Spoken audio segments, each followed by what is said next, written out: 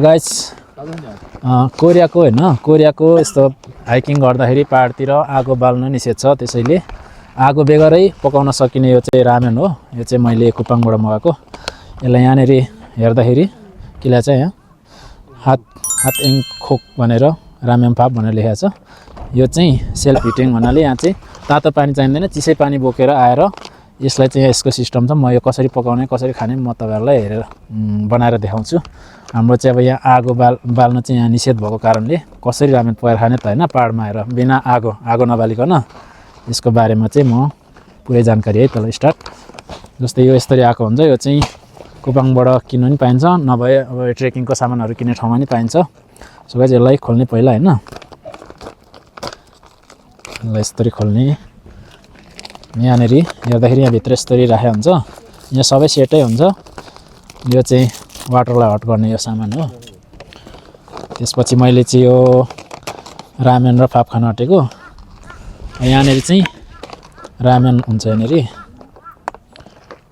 यसलाई खोलौँ खोलेर यहाँ हट एन्ड कुक यो देखाएको छ नि हैन हट एन्ड कुक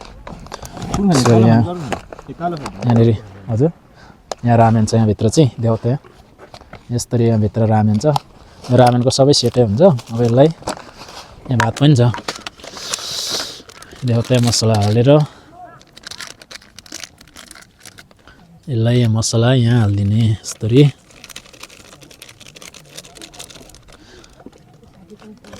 अनि यहाँ भित्र चिसो पानी यो खोला त भन्नु यो पानी यसरी यहाँ मसला भित्र हालेपछि सो गाइस अब यो चाहिँ चिसै पानी हो तातो पानी पनि हैन अनि यो भित्र चाहिँ यहाँ मुनि नेरी एउटा कालो रेखा छ यहाँनेर हेर्दाखेरि यहाँ भित्र यहाँ कालो रेखा छ यहाँसम्म पानी हाल्ने यो अनि यसरी पानी हाल्ने भात पनि यही छ र रामेन पनि यही छ यो चाहिँ मैले सेटै मगाएर ल्याएको सो अब यो क्लोज गर्ने यहाँनेर यसरी बन्द गर्दिने बन्द गरेर यसलाई फेरि यसै यो ठुलो पकेट भित्र हाल्ने यसरी यसको यो ठुलो पकेट भित्र पुरै यो बन्द गरेर यो पुरै बन्द गरेर यो ठुलो पकेट भित्र हाल्ने हो यसरी अनि त्यसपछि यहाँनेर यो चाहिँ हिट गर्ने पानी वाटरलाई हिट गर्ने यहाँ एउटा सामान छ यसलाई पनि निकालेर यसरी अनि यसलाई चाहिँ यो पहिलाको यो रामेन भयो यसको यो बाहिरपट्टि ठुलो प्लास्टिकमा मात्रै पस्ने गरी यसरी हाल्दिने अनि यहाँनेर पानी फेरि यहाँ चाहिँ धेरै पानी नहाल्दा नि हुन्छ अलिकति मात्रै हाले नि हुन्छ यहाँ यो हिट गर्नेलाई भिजाउने गरी मात्रै हाले पनि हुन्छ सो अब यहाँ भित्र पानी हाल्दिने यसरी पानी हाल्दिने अनि यसलाई बन्द गर्दिने यस्तो गरेर यसरी गरेपछि उम्रिन थाल्छ यसरी हैन त बुलुल उम्रिँदैछ पुरै कति मिनेटमा त पाक्ने रहेछ यसलाई कति मिनेट हुँदैन 5 मिनेट त पाउँछ आफ्टर 10 मिनेट रहेछ नि तिमीले कति गर्यौ सो गाइस अब यो चाहिँ पाक्दैछ यसलाई लगभग 6-7 मिनेटदेखि 10 मिनेटसम्म उमाल्नु पर्ने रहेछ अनि चाहिँ रेडी हुन्छ अब हेरौँ है त्यो कसरी पाक्छ चाहिँ पुरै बुलुलुलु उम्रिँदैछ यसरी चाहिँ यो बिना आगो बेगर विथआउट फायर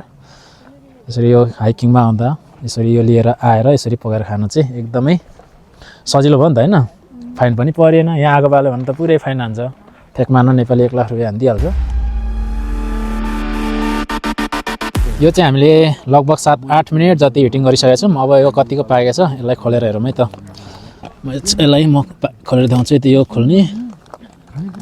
सो अब यसलाई यो चाहिँ डस्ट हो यसलाई चाहिँ फाल्दिने यहाँ तल यो हिटिङ गर्ने यो अझै पनि उम्लिरहेछ सो रामेन मात्रै मजाले पाएछ यहाँ हेरौँ गाइस यसरी यो रामेन देखाउ त यसरी पुरै पाएछ हेर भात पनि भएको रामेन पनि भएको यसरी पाएछ यसले अनि यसलाई खाए ल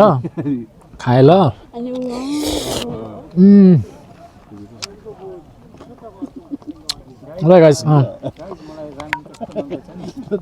हाम्रो कोरियामा रहनुभएको देन के अरे हाम्रो ट्रेकिङ हाइकिङमा हिँड्ने मान्छेहरूलाई एकदमै युजफुल छ यो बिना वाटर तातो पानी नबोक्दा नि हुन्छ, चिसै पानी। त्यस पछाडि यसरी अघि मैले देखाए जस्तै पकाएर खाने। यसरी मजाले पाकेको छ यहाँ पाक्ने। यसलाई अझै पुरै अझै पाक्नेहरू पकाउँदा नि हुन्छ।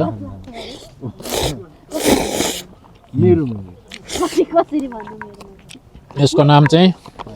के अरे यो चाहिँ हो हाम्रो कुपाङमा नि पाइन्छ। मैले यो कुपाङबाटै मगाएको हो। कुपाङमा नभए यहाँ यस्तो सानाखे गर्ने या हाइकिङको सामानहरू किन्ने ठाउँमा नि पाउँछ। यो चाहिँ यहाँ रामेन सँगै एट्याच भएको भयो। यो बेगर त्यतिकै पानी मात्रै बोइल गर्ने नि पाउँछ, प्लास्टिक मात्रै पनि। त्यस्तोहरू हेरेर तपाईँहरूले यो बोक्नुभयो भने एकदमै युजफुल हुन्छ है त।